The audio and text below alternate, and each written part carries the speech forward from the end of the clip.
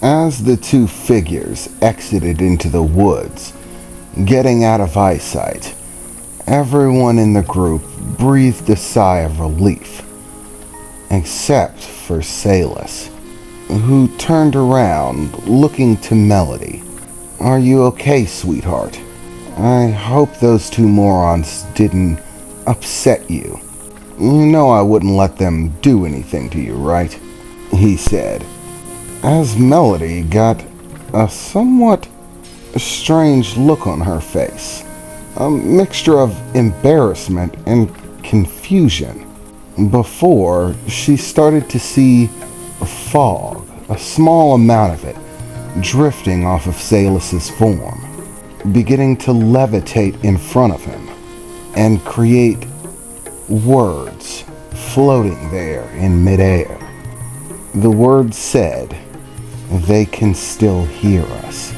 Not safe to speak. Maintain character." It was at that point that the relief faded away. Who even were they? Just a couple of guys that I happen to know from my time as a mercenary. They're fairly well known. They've been fighting for years to try to climb up from mid-rank. Though I don't like to admit it, they do actually deserve to be ranked in high rank. They're strong enough to take on jobs that would be considered for too difficult for most mid-ranks. They're powerful, so I wouldn't take them too lightly. But don't worry, sweetheart. You and the kids will be perfectly safe, Salus said as he sat back down in front of the picnic cloth that Melody and Vera had set out, picking up a sandwich and taking a bite for a moment. As he finished chewing and swallowed down the bite of the sandwich, more words began to float in front of him that said, "Do not acknowledge these words. It is not certain that they believe the story. They might seem dumb, but the skinny one is smarter than he appears.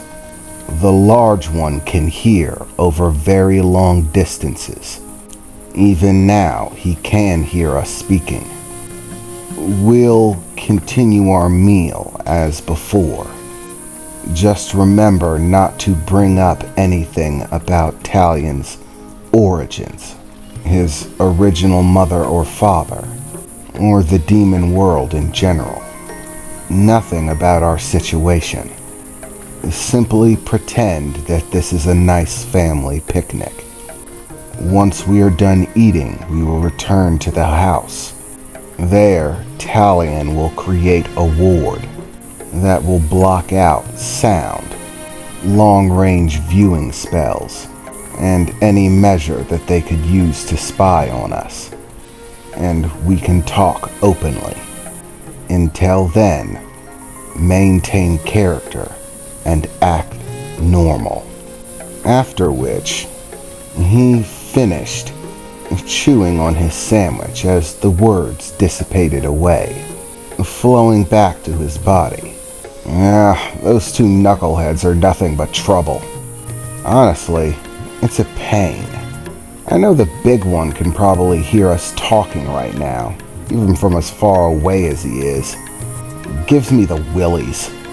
I mean, I know there's nothing secret going on, but the idea of being overheard by some weirdo while I'm talking to my family still creeps me out. I'm definitely putting a ward on the house, just in case those losers decide to hang around. It's possible that they might try to spy on us, thinking that they might be able to get some information out of me. It's of course information I don't have, but they're gonna bug me with it nonetheless. They say they're leaving, but I don't really trust it. "Well, sweetheart, are they really that bad?" Melody said as she continued pretending that they were married. "Yeah, trust me, they're that bad. Major pains in my ass. I definitely don't want them hearing what goes on in the privacy of our home. It makes me uncomfortable. So, how strong are they exactly? Taleon asked, looking over to Salus. Well, as far as strength goes, they're pretty damn tough. Tough enough to, as I said, probably deserve to be moved to high rank and be given more difficult missions. But the mercenaries guilds are pretty choosy, and they tend to favor prestigious bloodlines and demons of high birth. You know, ones that were born high-level demons.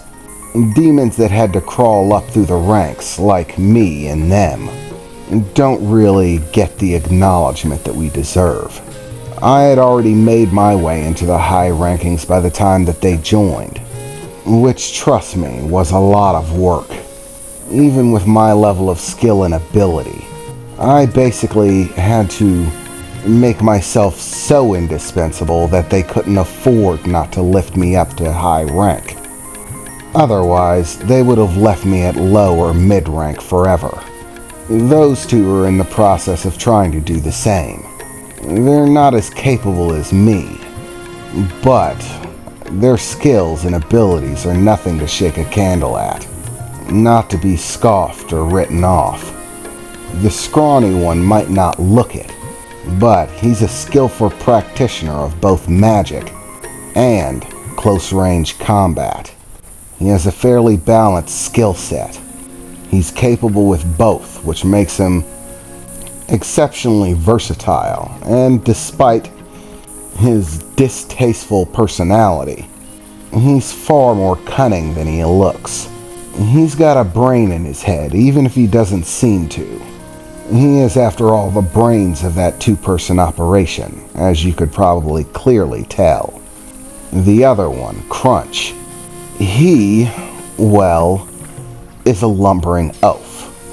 The type of demon he is exceptionally well known as one of the most dangerous categories of demons. His race actually lives exceptionally close to a rift into hell. Their race is bathed in infernal energy. Energy straight from the pits of hell. Being that close makes them exceptionally well endowed with demonic power.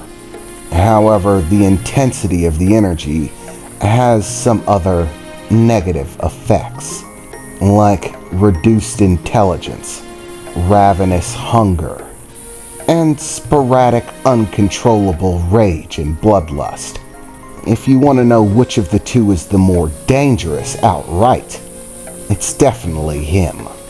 He just doesn't have the brains to be smart about it, which is why he has that partner of his, who does the thinking for them. So, do you really think they might still be hanging around? I mean, do you still sense their energy? No, their demonic energy seems to have dissipated. But that doesn't actually mean anything with them. It's, of course, possible that they passed over the barrier, and such as they have crossed over the barrier, just like they can't sense us, I can't sense them. But there's a turnaround here. They're skillful. They've had lots of time and experience as mercenaries and bounty hunters. And that includes the ability to hide their demonic presence. They can stow away their demonic energy, keep it hidden so that no one can detect them. So, it would be easy enough for them to cloak their demonic presence after exiting the barrier and then re-enter. So long as they maintain focus, they can hide themselves, be undetectable to my senses, at least my ability to sense their demonic energy. But as far as being sneaky, though the big one is pretty stupid, that doesn't mean he's not capable. He can be sneaky when he needs to. He is an apex predator after all. So, what type of abilities do they have? Taleon asked. I'd rather not get into it now. Honestly, I think I'm talking about them too much. It's ruining my appetite.